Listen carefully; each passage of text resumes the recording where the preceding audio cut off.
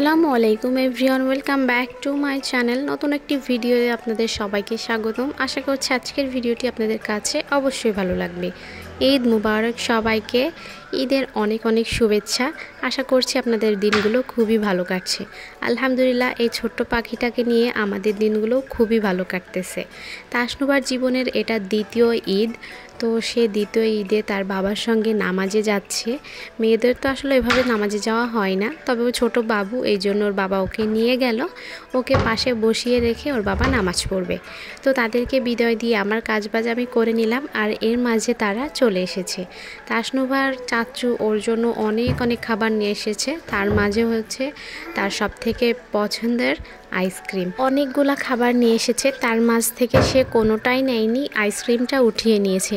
তাসনুভা বলতে গেলে ওর পছন্দের খাবারগুলো একদম আমার তালিকায়। আমি যে খাবারগুলো পছন্দ করি ও ঠিক সেই সেম খাবারগুলো পছন্দ করে।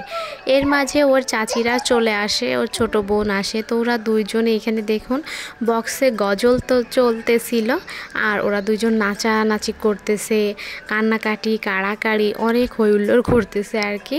তো দুই বোনের একসাথে এটা প্রথম ঈদ। গতবারও যদিও দুইজন ছিল, তবে দুইজন দুই জায়গায় ছিল, এক জায়গায় ঈদ করা হয়নি, ঈদে ওদের দেখা হয়েছিল না।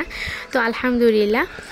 তো এখন হচ্ছে বিকালবেলায় ওকে সুন্দর করে আরেকটা নতুন জামা পরিয়ে রেডি করে দিয়েছি নানুর বাড়িতে যাওয়ার জন্য।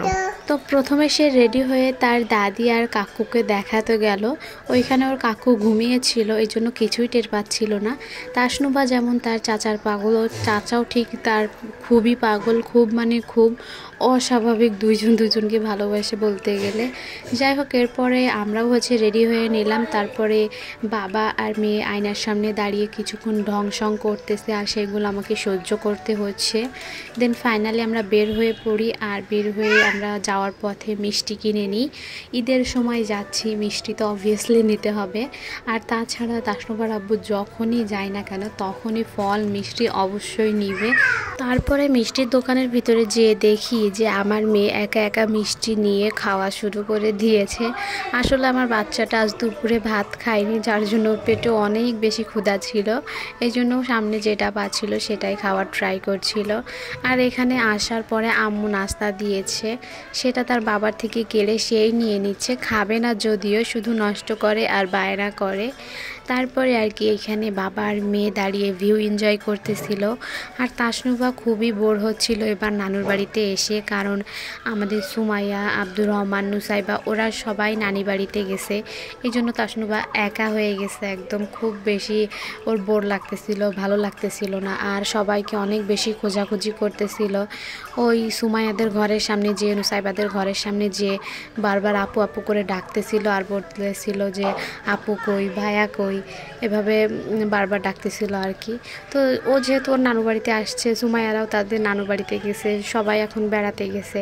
যাক, এর মাঝে দিয়ে ওর সময়টা কাটতেছিল। এই যে ওইখানে তাসনুভার বাবা আর ওর নানা ভাই দাঁড়িয়ে গল্প করছে, আর ওইখানে একা একা খেলা করছিল। ও যেহেতু এত বেশি বোর হচ্ছে, এই জন্য সন্ধ্যার পরে ভাবলাম যে ওকে নিয়ে বাইরে থেকে একটু হাঁটাহাঁটি করে আসি, তাহলে হয়তো বা ওর ভালো লাগবে। সেই জন্য সন্ধ্যার পরে আমাদের বাসার পাশেই যে ঈদগাহ ময়দানটা আছে সেখানে এসেছি। এখানে প্রতি বছরই এত সুন্দর লাইটিং করে সাজানো হয়, দেখতে ভারী সুন্দর লাগে। তো আমরা এখানে এসে অনেকটা সময় গল্প গুজব করছিলাম, হাঁটাহাঁটি করছিলাম, ভিডিও করলাম, বেশ অনেকটা টাইম এখানে কাটালাম। দেন কিছুই খাচ্ছিলাম না আমরা এখানে এসে, বাইরে এসে, কারণ এত বেশি সারাদিন খাওয়া দাওয়া হচ্ছে বাড়িতে, এমনিতেই গ্যাসের প্রবলেমের জ্বালায় বাঁচতেছি না। এই জন্য তাসনুভার বাবাকে বললাম যে কিছুই খাওয়ানোর দরকার নাই, তুমি জাস্ট একটু বাদাম কিনে আনো। এই জন্য বাদাম কিনে এনেছিল, আমরা জাস্ট ওইখানে বসে বসে বাদাম খাচ্ছিলাম। আর দেখুন লাইটিংগুলো কত সুন্দর লাগছে, পুরো রাস্তা জুড়ে, পুরো ঈদগাহ ময়দান জুড়ে সাজিয়েছে, দেখতে অপূর্ব লাগছে। এটা ঈদের এক সপ্তাহ আগে থেকে সাজাই, এবং ঈদের এক সপ্তাহ পর পর্যন্ত এই সাজানোটা থাকে, দেখতে খুব সুন্দর লাগে কিন্তু বলেন। আর এই সব লাইটিং দেখলেই মনে হয় যে না, ঈদ এসেছে, ঈদ হচ্ছে, খুব আনন্দ ফিল হয় তখন।